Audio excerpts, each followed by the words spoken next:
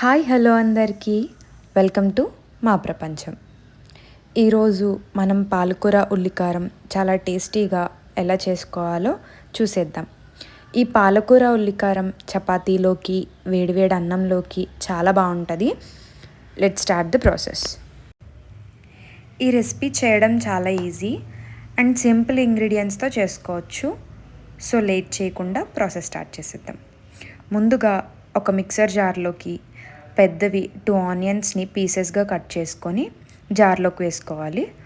అలాగే 7 to 8 పొట్టు తీసిన వెల్లుల్లిపాయలని వేసుకోవాలి.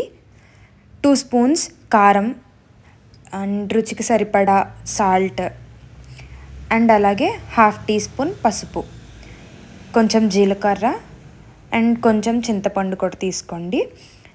చింతపండు నచ్చని వాళ్ళు స్కిప్ చేసేయచ్చు, బట్ వేసుకుంటే టేస్ట్ బాగుంటుంది. లిడ్ క్లోజ్ చేసేసి కోర్స్గా బ్లెండ్ చేసుకోవాలి. అంటే మరీ మెత్తగా కాకుండా మరీ బరకగా కాకుండా మీడియంలో బ్లెండ్ చేసుకోండి. వీడియోలో చూపిస్తున్నట్టుగా అసలు వాటర్ ఏం వేయక్కర్లేదు, ఆనియన్స్లో ఉన్న వాటరే సరిపోతుంది. మీరు వాటర్ వేస్తే ఇంకా బాగా పల్చగా అయిపోతుంది. స్టవ్ ఆన్ చేసుకొని పాన్ పెట్టి 2 to 4 table spoons of oil వేసుకోండి. ఆయిల్ వేడైన తర్వాత కొంచెం తాలింపు సామానం వేసుకోవాలి. కొంచెం మినపప్పు, కొంచెం ఆవాలు అండ్ అలాగే జీలకర్ర. ఇవి కొంచెం వేగిన తర్వాత ఒక 2 ఎండుమిర్చిని కూడా వేసుకొని లైట్గా ఫ్రై చేసుకోండి. కొంచెం కరివేపాకు కూడా తీసుకొని ఈ తాలింపు అంతా కొంచెం ఫ్రై అయ్యాక ముందుగా మిక్సీ జార్లో మనం ఉల్లిపాయ పేస్ట్ పెట్టుకున్నాం కదా, అది పాన్లోకి వేసుకొని బాగా ఫ్రై చేసుకోవాలి. ఆయిల్ తేలేంత వరకు ఫ్రై చేసుకోవాలి. ఒక 5 to 6 minutes అలా పడుతుంది. మూత పెట్టుకొని ఫ్రై చేసుకుంటే స్పీడ్గా అవుతుంది ప్రాసెస్ అండ్ అలాగే టేస్ట్ కూడా బాగుంటుంది. మధ్య మధ్యలో మూత తీస్తూ కలుపుకుంటూ ఉండాలి, లేకపోతే అడుగు పట్టేస్తుంది. చూసుకుంటూ ఉండాలి దగ్గరుండి. ఆయిల్ పైకి తేలే వరకు ఫ్రై చేసుకోవాలి.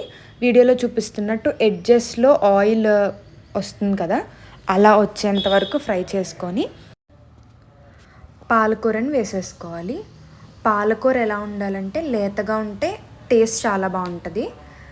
అదే ముదురుగా ఉంటే కొంచెం వేగడానికి టైం పడుతుంది అండ్ అలాగే టేస్ట్ కూడా బాగోదు.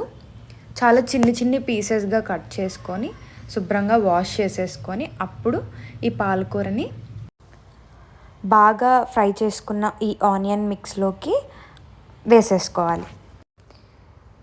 పాలకూర వేసుకున్న తర్వాత మూత పెట్టుకొని మధ్య మధ్యలో కలుపుకుంటూ మిక్స్ చేసుకుంటూ ఉండాలి. బాగా ఆయిల్ పైకి తేలే వరకు కొంచెం బాగా మిక్స్ చేసుకొని మగ్గబెట్టుకుంటే చాలా బాగుంటుంది టేస్ట్. ఆయిల్ పైకి తేలిన తర్వాత స్టవ్ ఆఫ్ చేసేసుకోవడమే. అంతే, ఎంతో టేస్టీ పాలకూర ఉల్లికారం రెడీ. వేడివేడి అన్నంలోకి చారు వేసుకొని కొంచెం ఈ కూర పెట్టుకొని తింటే ఆహా. వీడియో కానీ మీకు నచ్చినట్లయితే like, share and subscribe to my channel. Thanks for watching the video.